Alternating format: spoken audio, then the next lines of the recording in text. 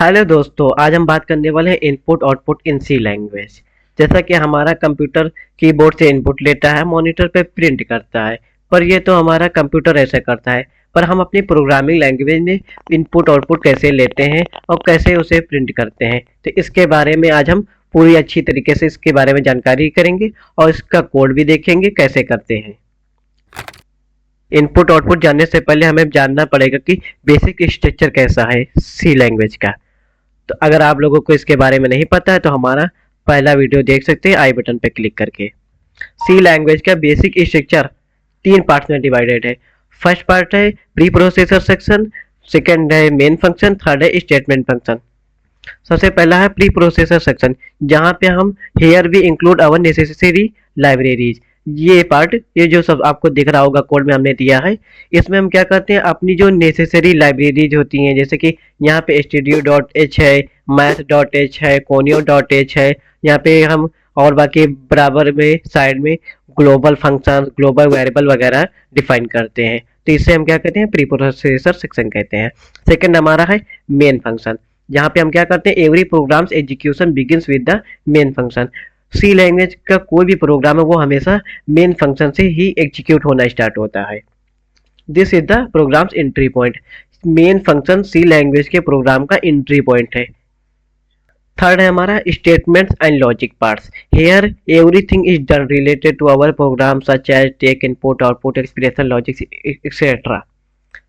तो हमारा जो स्टेटमेंट जो आपको यहाँ दिख रहा होगा, ये पार्ट, यहाँ पे हम अपने लॉजिक्स लिखते हैं, इनपुट आउटपुट किससे लेना है, क्या करना है, फंक्शन कॉलिंग करने, इफ एल्स लूप्स वगैरह जो भी लगाते हैं, वो सारा का सारा हम काम इस पार्ट में करते हैं। तो हमने बेसिक स्ट्रक्चर समझ लिया, अब हम इनपुट आउटपुट के बारे में जानते हैं। तो basically types of input and output in C language में 2 तरीके के इनपुट आउटपुट होते हैं। सबसे पहला है console based input output, second है फाइल बेस्ड इनपुट आउटपुट। इनके बारे में देखते हैं। सबसे पहला है console based input output. Console input output means taking input from the keyboard and displaying output the screen. यानी कि कंसोल इनपुट आउटपुट का मतलब है हम अपने कीबोर्ड से यूजर से इनपुट लेंगे और अपने मॉनिटर यानी डिस्प्ले पे हम उसको शो करेंगे। इसे हम कहते हैं console based input output system. Second हमारा file based input output. File based input output means storing data into a file और reading from a file. File input output में क्या होता है कि हम अपने डाटा को किसी फाइल में सेव करते हैं, उसी से हम रीड करते हैं, उसी में हम राइट करते हैं। तो इसे हम कहते हैं फाइल बेस्ड इनपुट आउटपुट। तो यहाँ पे हम सिर्फ कंसोल बेस्ड इनपुट आउटपुट के बारे में बात करेंगे, क्योंकि फाइल बेस्ड इनपुट आउटपुट हम फाइल सिस्टम जब पढ़ेंगे तब इसके बारे में बात करेंगे। तो हम देखते हैं कंसोल बेस्ड इनपुट आउटपुट।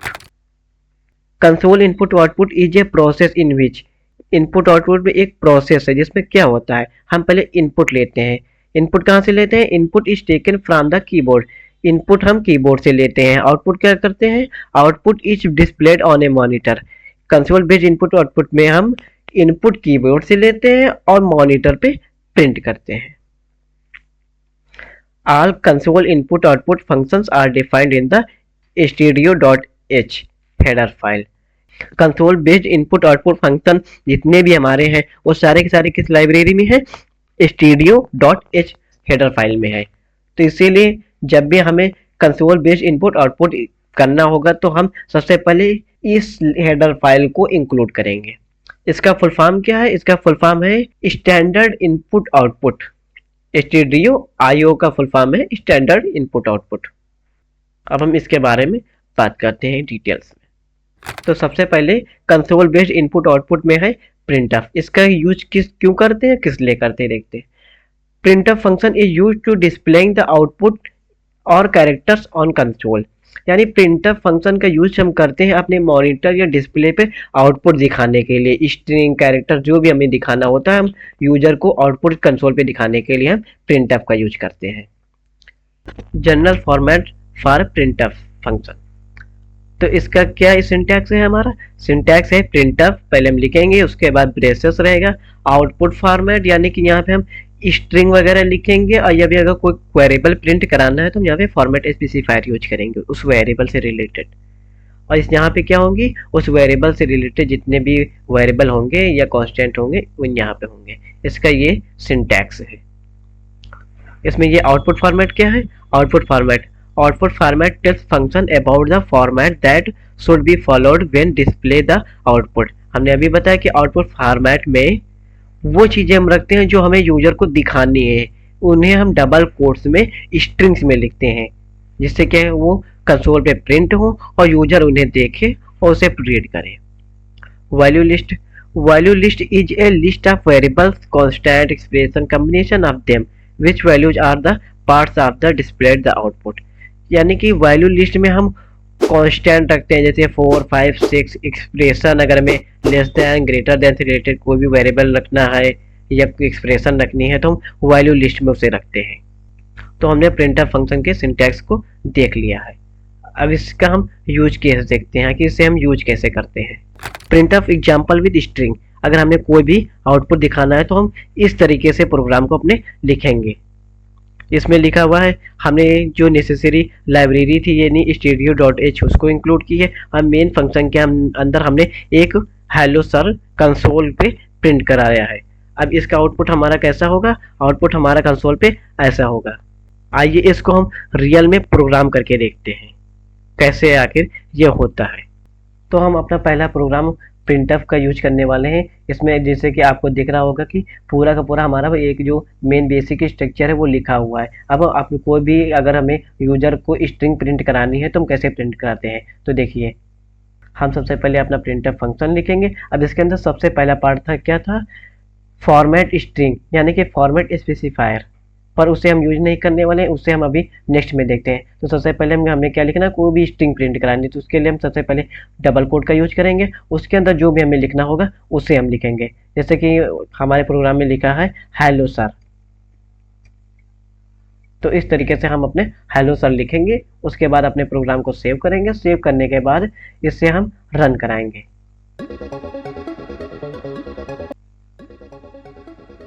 आप लोगों को यहाँ आउटपुट दिख रहा होगा कि हमारा आउटपुट आ चुका है हेलो सर।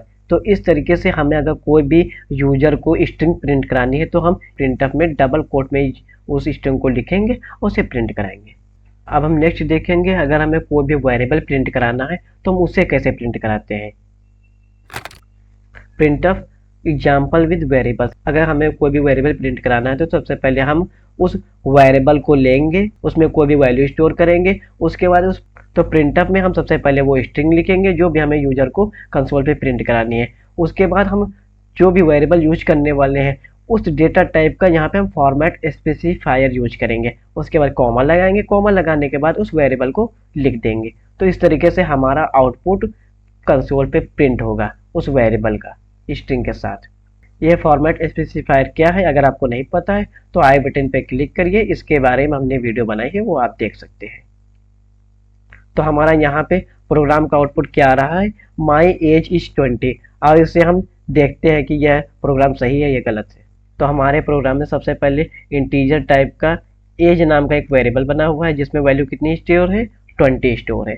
फिर हमने उस वेरिएबल को प्रिंट कराया है। प्रिंट क्या कराया है, माई एज इज। हमारा ये क्या हो गया, ये हमारा हो गया है स्ट्रिंग। स्ट्रिंग लिखने के बाद अगर हमें इसी के अंदर कोई भी वेरिएबल लिखना है तो उसके लिए हम क्या करेंगे, सबसे पहले उसका हम फॉर्मेट स्पेसिफायर यूज करेंगे। इंटीजर टाइप के लिए हमारा सी लैंग्वेज में फॉर्मेट स्पेसिफायर है %d।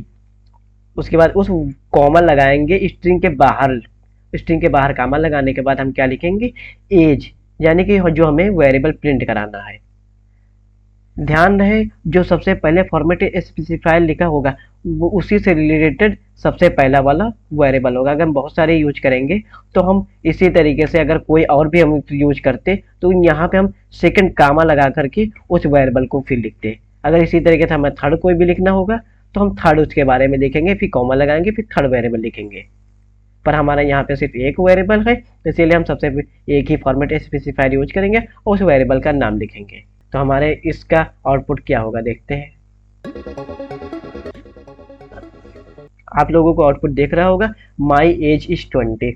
तो इस तरीके से हम अपनी स्ट्रिंग के साथ अगर कोई भी वेरिएबल प्रिंट कराना चाहते हैं तो इजीली प्रिंट करा सकते हैं। अब हम नेक्स्ट देखते हैं हम इनपुट कैसे लिखते हैं। हमने आउटपुट तो देख लिया, हमें कंसोल पे प्रिंट कैसे कराना है। नॉर्मल स्ट्रिंग प्रिंट करानी है तो कैसे प्रिंट करानी है, अगर वेरिएबल भी प्रिंट कराना है तो कैसे प्रिंट कराना है। अब हम देखते हैं इनपुट कैसे लेते हैं। Console based input scanf function is use for reading या और capturing characters from input devices normally keyboard.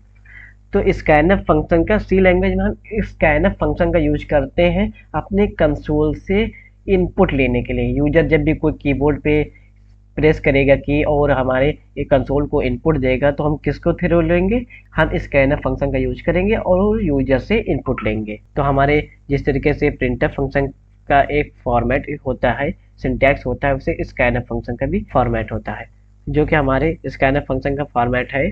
Scanf function भी लिखेंगे जिसे उसमें प्रिंटफ लिखे थे, उसके बाद इनपुट फॉर्मेट उसमें कैसा था, आउटपुट फॉर्मेट था। उसके बाद लिस्ट ऑफ वेरिएबल, उसमें भी लिस्ट ऑफ वेरिएबल था कॉमा लगा के। तो सबसे पहले हम देखते हैं list of variable. List of variable क्या है, input format tells function about the format that should be followed when input capturing data. List of variables वह है जो कि ये बताता है कि हाँ हमें कितने वेरिएबल्स हैं जो कि इनपुट लेने हैं। हम एक वेरिएबल का भी इनपुट लेंगे एक स्कैनफ फंक्शन से, एक ही स्कैनफ से हम मल्टीपल इनपुट भी ले सकते हैं। यहाँ पे हम जितने भी वेरिएबल्स का इनपुट लेना चाहते हैं तो सारे के सारे वेरिएबल्स हम यहाँ पे लिखते हैं। Input format should contain specification of each indented input data. Input format में बेसिकली हम जो भी वेरिएबल यूज करने वाले हैं उस डेटा टाइप का हम इसमें फॉर्मेट स्पेसिफायर यूज करते हैं, जिससे कि हम यूजर से उस डेटा टाइप का हम डेटा इनपुट ले सकते हैं। इसका हम एग्जांपल देखते हैं तो और ज़्यादा क्लियर होगा। Scanf example with single variable, हमें अगर कोई भी सिर्फ एक वेरिएबल का यूज करके यूजर से इनपुट लेना है तो हम कैसे लेंगे यूजर से। तो सबसे पहले हम क्या करेंगे, जिस वेरिएबल में हमें डाटा स्टोर करना है, यूजर से डेटा लेना है, तो उसे तो हम पहले डिफाइन करेंगे उस वेरिएबल को। उसके बाद अपना हम स्कैनफ फंक्शन लिखेंगे, फिर डबल कोट के अंदर जो भी मैंने वेरिएबल डिफाइन किया है उस वेरिएबल से रिलेटेड फॉर्मेट स्पेसिफायर यूज करेंगे हम, और उसके बाद कॉमा लगा करके उस वेरिएबल को लिखेंगे। पर ध्यान दें यहाँ पे एंड, ये एंड क्या है, एंड ये बताता है कि हाँ जो एज नाम का वेरिएबल है इस एड्रेस पे हमें इनपुट लेना है, ना कि एज पे इनपुट लेना है। तो एंड क्या है हमारा, एड्रेस फॉर्मेट स्पेसिफायर। ये क्या बताता है कि एड्रेस, एज के एड्रेस पे। जैसे हमें कोई भी अगर डाकघर वाला इंसान है तो वो क्या करेगा, जो भी हमारा पोस्ट आता है वो हमारे कहाँ पे पहुँचाता है, हमारे होम पे, हमारे एड्रेस पे पहुँचाता है। वैसे हमारा ये एंड एज जो कि ये बता रहा है कि हाँ इस एड्रेस पे हमें यूजर से इनपुट लेनी है। यहाँ पे लिखा हुआ add means memory address as का। स्कैनफ वैल्यू वेरिएबल में स्टोर करता है। यहाँ पे स्कैनफ अब हम एज नाम के वेरिएबल को यूजर से इजीली इनपुट ले सकते हैं। आइए इसे हम प्रोग्राम के जरिए देखते हैं। तो सबसे पहले हमने क्या बनाया है, इंट नाम का एज वेरिएबल बनाया है। इसमें हमने यूजर से इनपुट लिया है। इनपुट मैंने क्या लिखा है, जो भी हमने वेरिएबल बनाया है उससे रिलेटेड फॉर्मेट स्पेसिफायर यूज किया है। फिर कोड से निकल कर हमने कामा यूज किया। कामा करने के बाद एंड ऑपरेटर लगा करके हमने उस वेरिएबल का नाम लिया है जिसमें कि हमें इनपुट लेना है। उसके बाद हमने सेमीकोलन लगा लिया है। अब हमें इसे देखना भी है, अगर हमें प्रिंट कराना है तो हमने अभी सीख लिया कि इसे प्रिंट कैसे कराते हैं।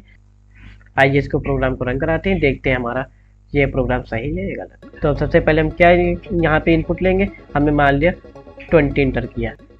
तो देख लीजिए हमारा यहाँ पे हमने 20 इंटर किया और हमारा ये बता रहा है, आउटपुट में बता रहा है कि हाँ तुमने 20 इंटर किया। तो इस तरह से हम अपने स्कैनफ फंक्शन का यूज करके ए सिंगल वेरिएबल के जरिए हम इनपुट लेंगे और उस इनपुट को हम आउटपुट में प्रिंट कराएंगे। हमने सिंगल वेरिएबल का यूज करके इनपुट लेना जान गए।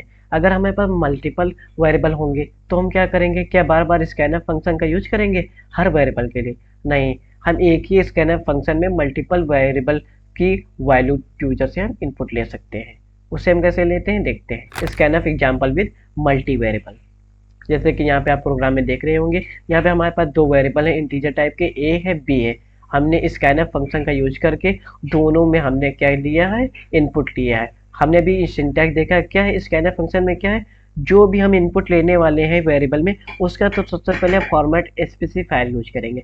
यहाँ पे हमने दो वेरिएबल में लेने वाले हैं, तो क्या किया हमने, ये पहले वेरिएबल का फॉर्मेट स्पेसिफायर है, ये सेकेंड वेरिएबल का फॉर्मेट स्पेसिफायर है। उसके बाद हम क्या करते हैं, कोड से बाहर निकल के कॉमा लगाते हैं। कॉमा लगाने के बाद जो मैंने पहले फॉर्मेट स्पेसिफायर यूज किया है उससे रिलेटेड हम वेरिएबल लिखेंगे, उसके आगे हम एंड ऑपरेटर लगाएंगे जिससे कि उस एड्रेस पे हमारे वैल्यू स्टोर होगी। फिर क्या करेंगे, फिर कॉमा लगा करके अगर हमने दूसरा वेरिएबल इनपुट लेना है तो क्या करेंगे, उस जो भी फॉर्मेट स्पेसिफायर लगाया है उससे रिलेटेड हम यहाँ पे वेरिएबल लिखेंगे, जैसे यहाँ पे बी लिखा हुआ है। एंड मीन्स याद रखना memory address. Scanf value variable में स्टोर करता है। Here scanf is use to take input up to integer values. यहाँ पे हमारा स्कैनअप दो इनपुट लेने वाला है जो कि ए है और बी है। आइए इसे हम प्रोग्राम के जरिए देखते हैं। तो हमारे प्रोग्राम में क्या है, हमने ए नाम के और बी नाम के दो वेरिएबल बनाए हैं। इस तरीके से आप एक ही डेटा टाइप के मल्टीपल वेरिएबल बना सकते हैं कॉमा सेपरेटेड। फिर हमने स्कैनअप फंक्शन का यूज किया है। इसके अंदर कोड में हम क्या लिखेंगे, फॉर्मेट स्पेसिफायर। इंटीजर टाइप के मैंने वेरिएबल बनाए तो इंटीजर टाइप के, तो इसमें क्या दूसरा भी वेरिएबल है तो इसलिए हम दो लेंगे फॉर्मेट स्पेसिफायर। उसके बाद कॉमा लगा करके पहले का हम एड्रेस देंगे, हाँ ए वेरिएबल का, उसके बाद कॉमा लगाएंगे फिर हम दूसरे का एड्रेस देंगे। इस तरीके से हम दोनों वेरिएबल का यूजर से इनपुट ले लेंगे। अब इन्हें प्रिंट भी करा लेते हैं। इसे प्रोग्राम को रन कराते हैं फिर देखते हैं। सबसे हम पहले वेरिएबल को देते हैं 5, सेकंड को देते हैं 10। अपना आउटपुट देखते हैं। आपको दिख रहा होगा मैंने पहले कितना दिया, 5 दिया, उसके बाद इंटर बटन क्लिक किया, फिर मैंने 10 दिया। उसके बाद हमारा आउटपुट प्रिंट क्या हो रहा है, एंटर्ड वैल्यू इज 5 एंड 10। तो हमने स्कैनर फंक्शन और प्रिंटर फंक्शन दोनों को बेहतर तरीके से देख लिया कि आखिर यूजर से हमें इनपुट कैसे लेना है, आउटपुट कैसे प्रिंट कराना है, अगर सिंगल वेरिएबल है तो कैसे प्रिंट कराना है, मल्टी वेरिएबल है तो कैसे प्रिंट कराना है।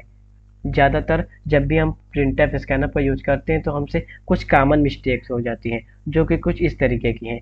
हम स्कैनर फंक्शन में ज़्यादातर भूल जाते हैं एंड ऑपरेटर का यूज करना, जो कि बहुत ही इंपॉर्टेंट है स्कैनर फंक्शन में। Without and operator we can not take input from the scanner. Second है हमारा wrong format specifier in printer for scanner. या तो फिर हम क्या करते हैं, format specifier printer for scanner में हम गलत कर देते हैं। पता लगा हमने वेरिएबल बनाया इंटीजर टाइप का और हमने फॉर्मेट स्पेसिफायर डबल का लगा दिया, या डबल का वेरिएबल बनाया तो इंटीजर टाइप का लगा दिया। थर्ड है हमारा forget properly closing of codes. Fourth है mismatch of format specifier and variable ordering. जब भी हमें इनपुट लेना हो या आउटपुट लेना हो तो सबसे मोस्ट इंपॉर्टेंट है ऑर्डर। आप किस तरीके से वेरिएबल को प्रिंटफ या स्कैनअप में लिख रहे हैं, उसी फॉर्मेट स्पेसिफायर का यूज करके उसकी ऑर्डरिंग कर रहे हैं। पर अगर हमें सबसे पहले इंटीजर टाइप का लेना है, फिर डबल लेना है, फिर फ्लोट लेना है, तो इसी ऑर्डर में हम फॉर्मेट स्पेसिफायर यूज करेंगे और उसी हिसाब से हम अपने वेरिएबल को लिखेंगे। तो हम एक बार और फिर रिकैप कर लेते हैं। तो प्रिंटअप का यूज हम किस लिए करते हैं, यूज टू डिस्प्ले टेक्स्ट और values on the screen. प्रिंटअप function का हम बेसिकली अपने कंसोल पे कोई भी स्ट्रिंग है, वेरिएबल से रिलेटेड कोई भी आउटपुट दिखाना है तो अपने कंसोल पे हम इजीली दिखा सकते हैं। याद रखना इसमें हम फॉर्मेट स्पेसिफायर यूज करते हैं कोई भी अगर वेरिएबल में प्रिंट कराना है। सेकंड है स्कैनर। स्कैनर क्या है, use to take input from the user. Scanner function का यूज करते हैं हम यूजर से कंसोल द्वारा इनपुट लेने के लिए। Requires format specifier and address of operator. Scanner function में हमने क्या यूज किया था, सबसे पहले हम जो भी वेरिएबल का इनपुट लेने वाले उससे रिलेटेड फॉर्मेट स्पेसिफायर, उसके बाद कॉमा लगा करके हमने क्या किया था, जो भी वेरिएबल यूज करने वाले हैं उसका एड्रेस यानी एंड ऑपरेटर जरूर लगाएंगे। हमने देख लिया इसको कैसे यूज करते हैं, कैसे प्रिंट आउट करते हैं। अगर इससे रिलेटेड आपको कोई भी प्रॉब्लम हुई है या कोई भी क्वेरी है तो आप इजीली हमें कमेंट सेक्शन में बता सकते हैं। तो आपके लिए एक फाइनल क्विज है, आपके लिए ये बहुत ही ज़्यादा ज़रूरी है क्योंकि अगर हम प्रैक्टिस नहीं करेंगे तो हम सी लैंग्वेज में बेसिक अगर यही नहीं पढ़ेंगे तो आगे क्या करेंगे। तो सबसे पहले है आपके लिए एक प्रोग्राम बनाना है। Write a program to take input from user and print the output on console. आपको क्या करना है, बेसिकली आपको यूजर से कोई भी एक इनपुट लेना है, इनपुट लेने के बाद उसे कंसोल पे प्रिंट कराना है। सेकंड है हमारा write a program to take a character from user through keyboard and print it on console. अगर आपने फॉर्मेट स्पेसिफायर बेहतर तरीके से पढ़ा है तभी आप ये कर सकते हैं। इसमें आपको क्या करना है, कि इसमें कोई इंटीजर फ्लोट नहीं, आपको एक कैरेक्टर यूजर से इनपुट लेना है, कंसोल पे प्रिंट करना है। आप कमेंट इस तरीके से कर सकते हैं। Thank you so much. अगर आपको कोई भी कन्फ्यूजन है, किसी भी तरीके से क्वेरी है इस लेक्चर से रिलेटेड, तो आप इजीली इसके बारे में कमेंट सेक्शन में हमसे बात कर सकते हैं।